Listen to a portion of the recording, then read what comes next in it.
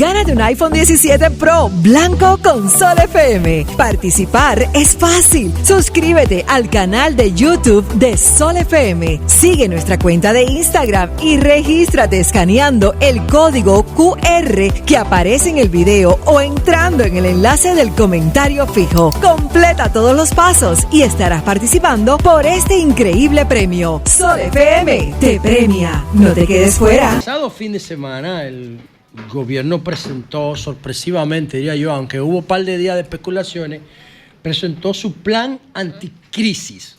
Un proyecto que fue enviado al Poder Legislativo que incluye una serie de medidas para... En resumen, un paquetazo fiscal, la gente lo entiende más. Bueno, lo que pasa es que yo no considero que eso sea un paquetazo, un proyecto de reforma, no lo considero así. Creo que vamos a ver cómo lo tipifica nuestro invitado. Bueno, entonces exactamente, entonces tenemos como invitado a Luis Vargas, destacado economista de la República Dominicana, investigador, adscrito al Centro de Estudios Económicos y Sociales Padre José Luis Alemán de la Universidad Católica Madre y Maestra, una autoridad en la investigación económica en República Dominicana, y vamos a tener la oportunidad de valorar con él, de escuchar sus opiniones especializadas sobre este plan anticrisis que el gobierno presentó la semana pasada para enfrentar el efecto de choque de la guerra en Irán y su consecuente aumento de los combustibles. Buenas tardes,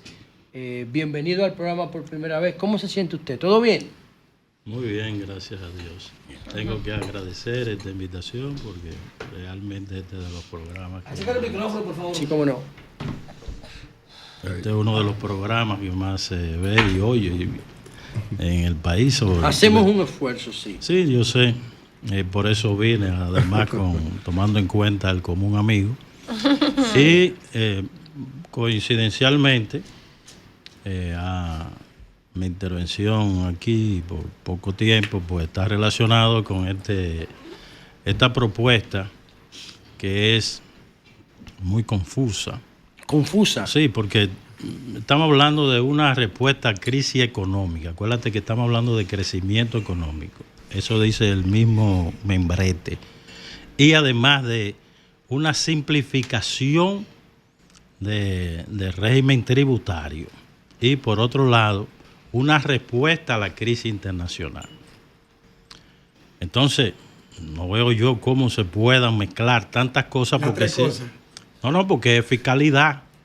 Eso es lo que debe de tocarse. Y además de eso, aquí se habla de economía. Acuérdate que la primera propuesta hablaban del Banco Central y fue sacada. Eso ha pasado desapercibido. ¿Cuáles son los tres hoyos grandes del país? El déficit cuasi fiscal. Exacto, que del Banco Central. Sí. El negocio de la energía eléctrica, no, eso es de lo que son. Y además de eso, el déficit eléctrico, el negocio eléctrico, el negocio, porque 92 mil millones de pesos. Está bien. Esa es la palabra correcta. Y lo último que tiene que ver con el conjunto de las empresas públicas. Entonces, hay cuestiones que tienen que ver con política monetaria, política crediticia, política cambiaria, que no se toca, y el mismo protagonista de este mamotreto, parche fiscal, dio unas declaraciones aquí que fue a confesión de parte, relevo de prueba. Él dice que no podía dormir.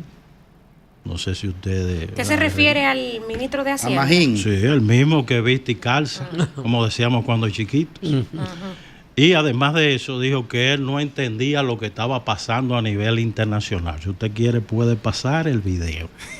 Entonces, ¿cómo es posible que un ministro de Hacienda y de Economía diga que no sabe y proponga un paquetazo para resolver lo que no entiende? Para resolver lo que no entiende. Dijo textualmente eso, que no sabía lo que estaba pasando. No, aquí el gobierno, es bueno que se sepa, no tiene un equipo que sepa qué es lo que está pasando y mucho menos tenga un entendimiento de la magnitud de la crisis y ni hablar, no tiene propuestas. Es decir, que para usted el sector económico que representa el gobierno no tiene capacidad.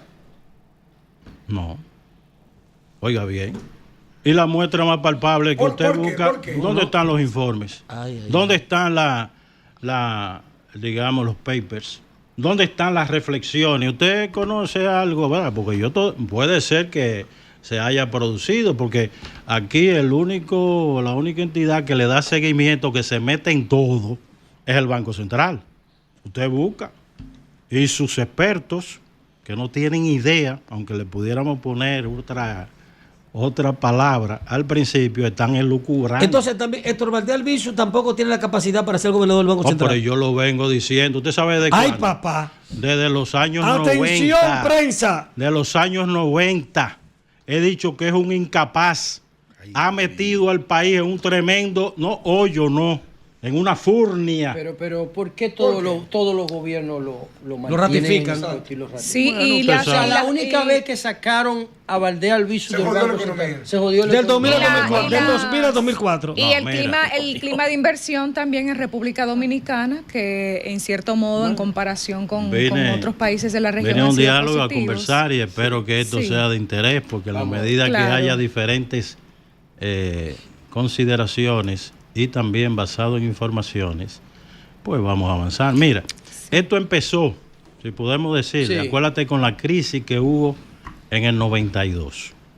¿Verdad? Todo lo aquí, porque acuérdate que fue el famoso consenso de Washington, había una gran crisis, el país se paralizó y se hizo una reforma y buscaron a unos expertos de Harvard que no entendían ni entienden lo que es la economía dominicana, la sociedad dominicana, y son ignorantes de la historia. Pero usted está hablando de Jaime Arista Escuder, Dajuair y ese grupo. Oiga, acuérdese, no sé si usted asistió, que yo fui de los muy pocos invitados a un gran seminario que celebró la Ucamaima, que lo dirigió el padre Alemán, como respuesta a esa bataola de neoliberalismo que ya había empezado. Y ahí salió el Código Tributario después de el Código Tributario es una gran vergüenza para el país. De ahí salió. Y también acuérdate el Código de Trabajo, que todavía es mayor vergüenza. Yo no participé en el Código Tributario, sino en la siguiente ronda de reforma del Código de Trabajo, cuando estuve como consultor del Ministerio de la Presidencia, que me buscaron como técnico. Y eso fue una barbaridad. ¿En qué gobierno? El gobierno de Medina. Danilo Medina. Sí, los 8 años. Los 8 años. Los 8 años, Danilo. No entendí eso. Los 8 años del gobierno de Danilo Medina. Yo tuve un tiempo ahí como consultor que para mí... ¿Usted ha tenido la oportunidad de revisar el plan anticrisis que presentó el gobierno? Claro, no puedo venir aquí sin haber hecho... Vamos a ver, ¿qué usted opina? Yo lo tengo aquí también. Luces y sombras. Mire, lo primero es que viola la ley. ¿Cómo así? Viola la ley flagrantemente. ¿Por qué? Si usted busca lo considerando, dice que se va a tomar en cuenta la ley, la de Estrategia Nacional de Desarrollo. Oye, ¿O no es así, 2030? No, pero usted no puede estar diciendo la ley y al mismo tiempo dedicarla, que ha pasado desapercibido, y no responder correctamente de por qué usted hace una propuesta.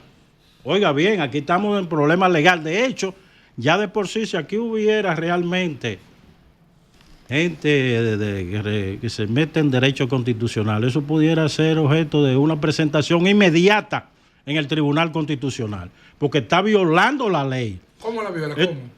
O sencillamente hay un mandato de la ley 2030 de que primero hay que hacer un pacto y después que se haga el pacto y se consenso, eso hay que llevarlo al Congreso. Y la traje aquí. La ley, pero no quiero. Manda cómo hacerlo.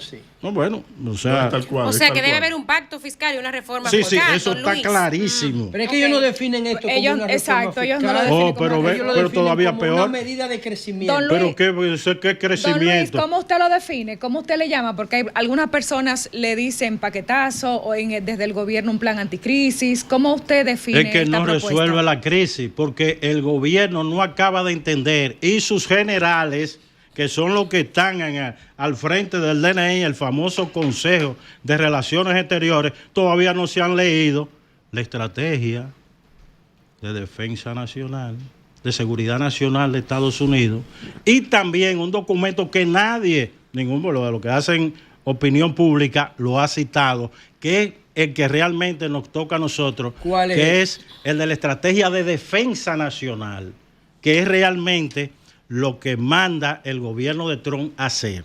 Y además de eso, hay otro documento, por ejemplo, un documento sumamente importante fue el famoso discurso de Rubio en Europa. No sé si ustedes han tenido la oportunidad. Entonces, todo ese conjunto de documentos define real y efectivamente qué es lo que está pasando en el mundo, inclusive hasta para poder entender lo que está ocurriendo. Pero lo que tiene que ver directamente con las medidas por crecimiento, el plan anticrisis que ellos presentaron, ¿por qué usted dice que es inconstitucional? Dice, el Consejo Económico y Social deberá convertirse en el espacio para la discusión y concreción de pactos entre las distintas fuerzas económicas y sociales que permitan la adopción de políticas que por su naturaleza requieren un compromiso de Estado y el concurso solidario de toda la nación. El artículo 4 manda la reforma educativa, que todos sabemos que ha sido un fracaso. Sí, eso ha sido un fracaso. El artículo 35 manda la reforma eléctrica, que todos sabemos que también ha sido un fracaso. Le dieron 1 año a cada uno. Y el artículo 36, reforma fiscal, se consigna la necesidad de que las fuerzas políticas, o sea, no fue una concesión de Abinader, invitar a los partidos políticos. Eso lo mandata la ley. Manda la ley de estrategia nacional de salud. Pero los políticos lo rechazaron, los partidos. No, y Danilo hasta se negó y dijo que él no iba a hablar de ese tema. Fuerza, pero bueno. Todavía más amplio, fuerzas políticas. Fuerzas políticas, no partidos. Sí, porque también sí, pero están pero que se ve como que él hizo una concesión porque se dedicó a violar. Se informó, pero el presidente se dedicó a violar la ley. Correcto, ¿no? Es correcto.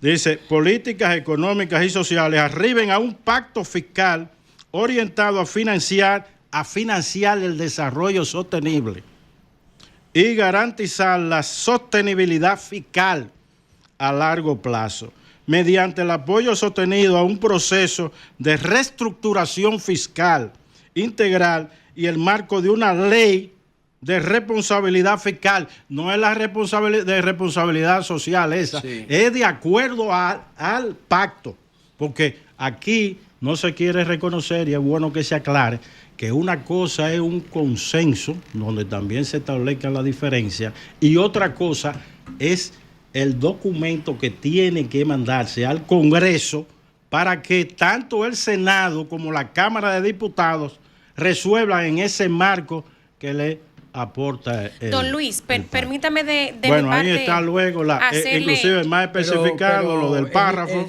Es interesante ese contexto que sí, usted trae a colación. No, porque nadie lo habló, ni siquiera, no, que la déjame sepa decirte. Que la Estrategia Nacional de Desarrollo manda un pacto fiscal y una reforma fiscal en ese orden. Entonces, sí, esa reforma tiene que traducirse en ley, pero no se respeta el Senado, no se respeta la Cámara de Diputados, y la muestra más palpable, porque no quiero diluirme en forma, que el Senado, el presidente del Senado le manda una carta al presidente de la Cámara de Diputados diciendo que ellos han constituido una comisión conjunta, pero ¿de dónde está ¿y quién ha dicho que el Senado tiene que mandar a la Cámara de Diputados? Hasta eso hay respeto aquí. Porque una cosa es proponer para que se haga una comisión conjunta. Ya se decidió. De poderes para poder observar. Don Luis, entonces, ¿qué usted le recomendaría al Poder Ejecutivo y al propio Congreso para que sea un verdadero plan anticrisis? Ya que ellos aseguran que no es una reforma y no un parche fiscal como algunas personas le han denominado a esta iniciativa. Es que aquí tenemos un verdadero... Acérquese al micrófono, Luis, por favor. Sí, atolladero, porque el mismo Temístocles Montá, que era el ministro de la época, no ha salido al frente a la defensa de eso que él defendió en la asamblea. Nosotros nos reunimos un grupo de economistas y objetamos la Estrategia Nacional de Desarrollo, y hay que reconocer que Félix Bautista reunió tanto diputados como senadores para hacer una asamblea. Invitaron a todos los representantes de la cooperación internacional, y ahí se demostró que esa estrategia que se había aprobado era un verdadero tollo, porque esto tiene una corriente neoliberal favoreciendo al mercado. Ni siquiera se hicieron los estudios particulares del lugar, porque se fijaron metas, se fijaron índices, indicadores, como fue el caso de las bancas. Oiga, esto es un desastre en el país. Y se fijaron una serie que por eso ha venido incumpliendo en términos de índice de tributación y también tasa que había que llegar en términos de presión tributaria, con confusión que hay en el país, que no se diferencia lo que es presión tributaria y presión fiscal. Además de eso está claro. La gente no lo entiende. Aquí no hay... Perdón. Porque lo que dice Kramer es importante. ¿Cuál es la diferencia entre presión tributaria y presión fiscal? Presión tributaria, tomamos todos los impuestos, lo ponemos en el numerador, ¿verdad? Cuarto curso de primaria, tercero ya. Así es. Y ponemos abajo el PBI nominal y lo multiplicamos por 100. O sea, es la participación. El tamaño del gobierno. No, de los impuestos. Sí, el tamaño del gobierno está dado en función de la presión tributaria. Sí, pero también acuérdate que está ingreso ordinario y también una serie de ingresos. Sí, que son extraordinarios, donaciones. ¿La presión fiscal cuál es? Todos los gastos que hace el gobierno, entonces. No. Acuérdate que los gastos aquí se ha venido financiando a pesar de que se apoyó una ley de responsabilidad que no puede pasar del 3%, aquí ya no hemos pasado del 3%. O sea, es violación permanente. Esto que plantea el gobierno es tributario y no fiscal. Y fiscal porque hay que considerar las cargas que corren por cuenta del gobierno central, que básicamente en la seguridad social. Una pregunta, don Luis. Ante este tema... que no está bien comprendido y que vimos mucha gente aplaudiendo la decisión del gobierno. Yo me he preservado de no opinar hasta que yo no vea descompuesta toda la información. Por eso ni siquiera he opinado todavía formalmente. ¿De aquí a diciembre tú lo...? No, de aquí a enero. No joda, porque te vas a responder ahorita, te van a durar media hora peleando y después tú dices que... ¿Verdad? Sí. Entonces, ¿debe ir a vistas públicas esto en el Congreso? Ahora acuérdate, aquí estamos haciendo no vistas públicas, sino vistas con gente ciega. Anda par carajo. Oye, porque aquí tenemos la ley de registro civil, un escándalo en la historia de la aprobación de la ley. 15 días, acuérdese, fue enero del año pasado. El gobernante la mandó y levantaron la mano. Acuérdese que la primera ronda hay que discutir y después una segunda. Levantaron la mano y después volvieron a levantar la segunda. Sin leer. Que ahí hay implicaciones para los bancos. Esa ley establece que se le dio 6 meses a los bancos para no seguir aplicando procedimientos de detectar la identidad a base de mecanismos. O sea que es dactility. Sí, es biometría. Eso es ilegal en República Dominicana. Ok, yo entiendo.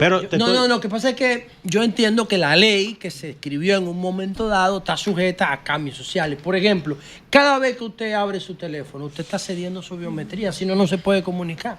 Estamos de acuerdo. Entonces, no es una cuestión, independientemente de la legalidad o no, es una cuestión de eficiencia. Entonces, simplemente cuando yo miro mi teléfono calcula 35,000 puntos de mi cara en milisegundos. Eso no lo puede hacer ninguna persona humana. Entonces, ¿cómo nosotros bregamos con eso, don Luis? La biometría es un estándar mundial de identificación. Bueno, mira, eso tenemos que recurrir, ¿verdad?, al país de nuestra referencia, que es Estados Unidos. Los bancos en Estados Unidos, mucho antes, comenzaron a retratar a los clientes y le ponían la foto en la tarjeta. Y ellos mismos abandonaron. Te estoy hablando de Estados Unidos. Pero ese no es el problema. No quiero desviar, porque aquí vinimos a conversar sobre esta propuesta de hecho de reforma fiscal, que es una contrarreforma fiscal.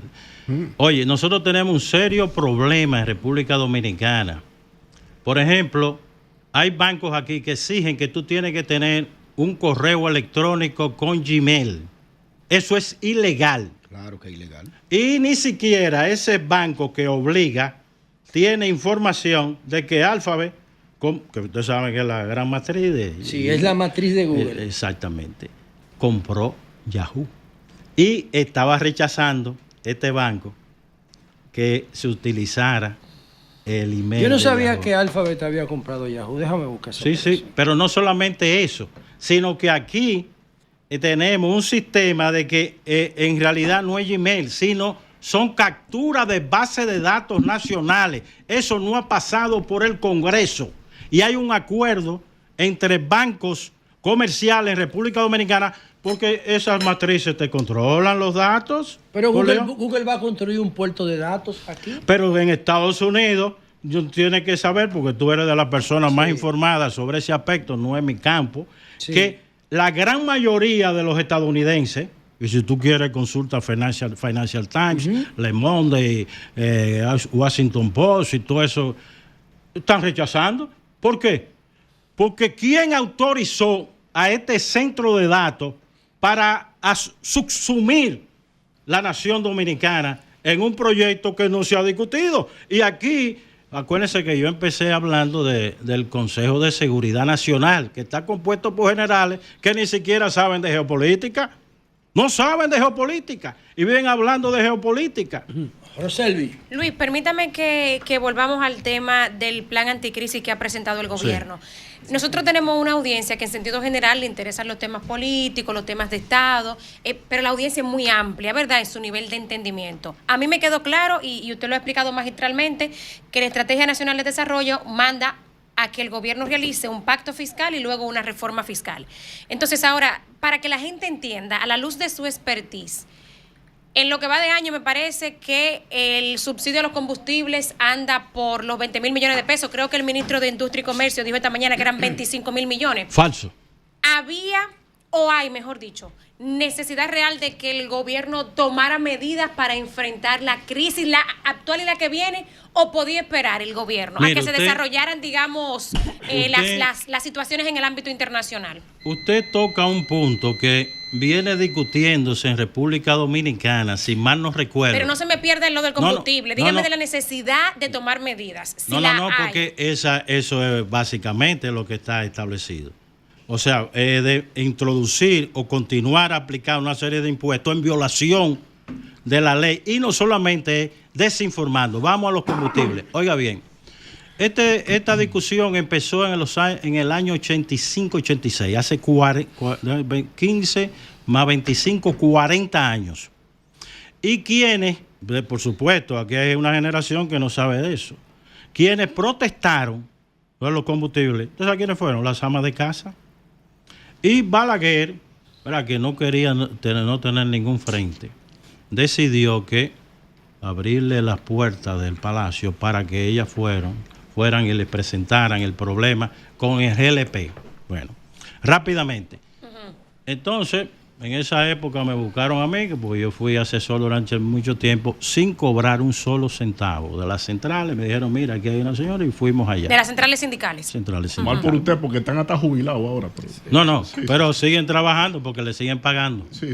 Pero eso es otra cosa. Ya cobran bien. Pero, entonces, Balaguer decidió, como no quería presión, decidió, porque el punto clave está en el precio de paridad de importación, PPI. Es decir, el precio de ese combustible, calculando el valor de exportación, más costo, más flete, más intereses, más beneficios. Aquí se habló últimamente, creo que una autoridad, de 92 empresas. Aquí hay más de 100 empresas que se dedican a la comercialización directa de los combustibles. Sí, haciendo negocio con el mercado negro. No, hasta ver, yo no sé, ¿verdad? Ya eso... Pero le quitaron a ITEVI a esa empresa, ya no va para ITEVI, 18 menos. Tranquilo. Está bien. Mira, esto es importante porque tenemos una estructura donde está vinculado, no es a las empresas, no a grandes grupos de poder. Bien, entonces, ¿cuál es la importancia de esto? De que el Balaguer decidió, y aquella vez, yo no tengo, ¿verdad?, porque hace muchísimo tiempo de eso, publicó durante 2 semanas el precio de paridad de importación. Ha sido el único gobernante que ha publicado el precio de paridad. Mientras lo publican los haitianos, aquí los dominicanos no lo publicamos. Bien, ¿cuál es la importancia de esto? Que, oiga, la gente de los ingenieros que dirigen el Instituto de Energía de la UAS, tienen razón hasta cierto punto, pero han hecho unos embrollos. No, oiga bien, aquí usted calcula todo uno de esos componentes y ya tiene un precio final, que es el precio de paridad. Lo que se está ocultando es cuál es el margen de beneficios, de los importadores. Porque eso nunca se ha discutido en República Dominicana. Luis, no hay necesidad de tomar medidas, entonces. Medidas contra ellos. ¿Por qué?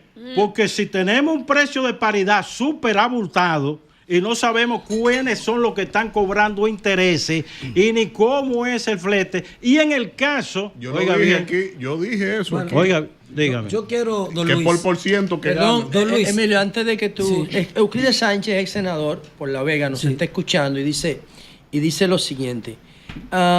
Producto de la firma del acuerdo entre Estados Unidos e Irán, los precios de los combustibles comenzaron a bajar y la economía mundial comienza a estabilizarse. ¿Qué hacemos? O sea, el año pasado pasó hoy firmaron Trump Sí, pero y es un pacto de saliva. Eso ha pasado. No. En 3 ocasiones ha pasado eso en el año. Pero perdóname, el hecho que haya firmado los resultados positivos no va así inmediatamente, es un proceso. Sí, pero no Emilio, y en 3 años ha habido asomos de acuerdo de paz. Perdón, 3 veces en un año ha habido asomos de acuerdo de paz. Don Luis, yo lo he escuchado de una manera muy determinada. como la iglesia. Yo lo he escuchado, lo he escuchado de una manera muy tranquila.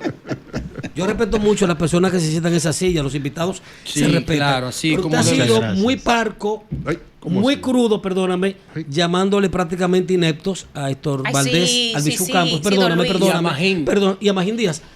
Tal vez a usted se le olvidó que esos dos funcionarios trabajaron 8 años con el presidente Danilo Medina, al cual usted le sirvió. No, hombre, no. Por segunda ocasión, No hay tiempo, tú le por estás dando segunda tiempo ocasión, a ese anacronismo. por segunda ocasión, voy a usar esta frase. Yo no vine aquí a ejercer la crónica social complaciente. Una pregunta. Usted hombre con mucha capacidad. ¿Usted es pro izquierda, pro Danilo u odia a Magín y a Tomás Díaz Albizu? Perdóname, pregúntame. Yo no soy un loco. Yo no soy un loco. No había dicho eso. Sí sabrá responder. Yo hago lo que usted no se atreve a hacer. Adelante. Mire, cuando me veo allá en la pantalla, me veo cada día. Está bonito. Se parece a cómo se llama el que estaba en Efeméride Patria. No.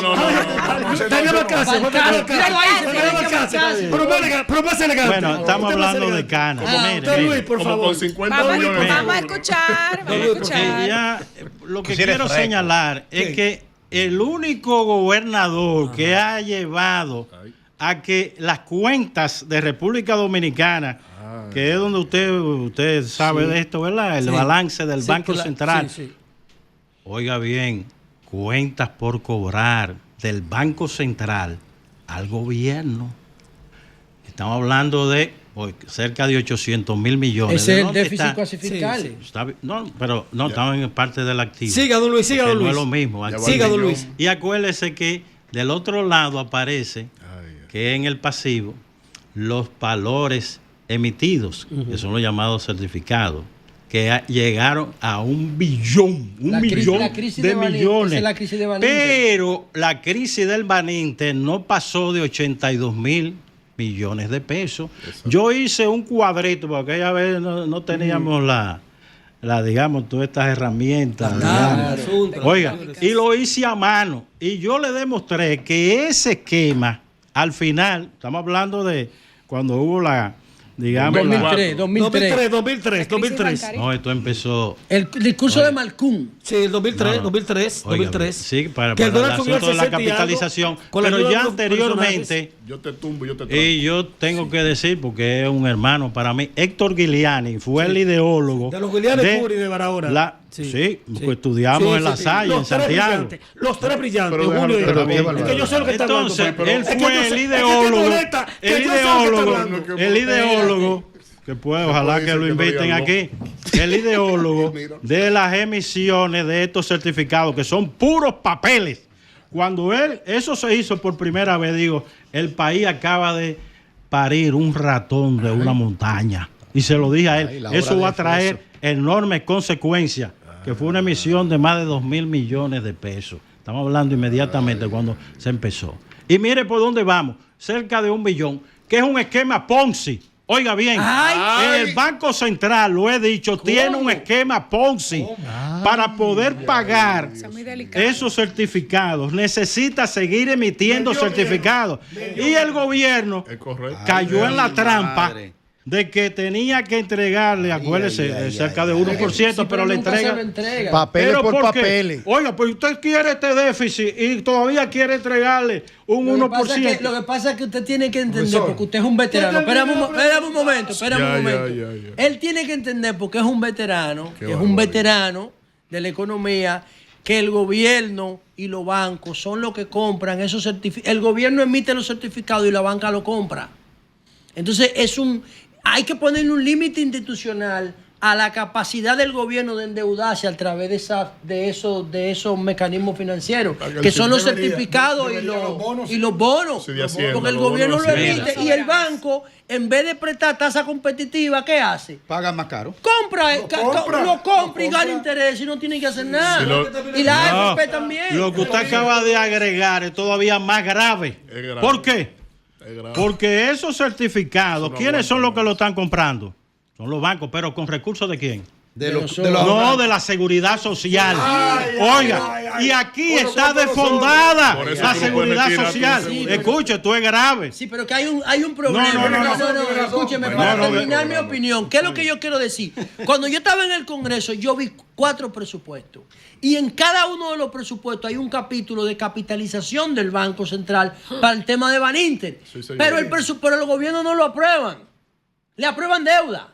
Pero no capitalizan el banco, lo posponen. Sí. Entonces la ley de presupuesto pospone la capitalización del Banco Central cada año. ¿Por qué lo mandan así? Bueno, pero ¿y dónde va a sacar los cuartos si el Banco Central no hay manera de capitalizar? Porque el banco emite certificados para recolectar finalmente, profesor, billetes. No, también hay que pagarle porque cada papel de eso, el certificado, tiene un valor nominal con un rendimiento. Claro. Pero ¿qué es lo grave de esto?